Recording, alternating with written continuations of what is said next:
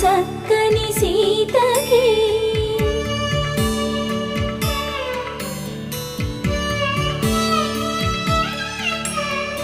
ఎర్ర జాబిలి చేయి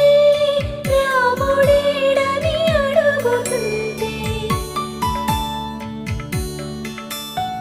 చూడలేదని పెదవి చెప్పే చెప్పలేమని కనులు చెప్పే నల్ల పూసై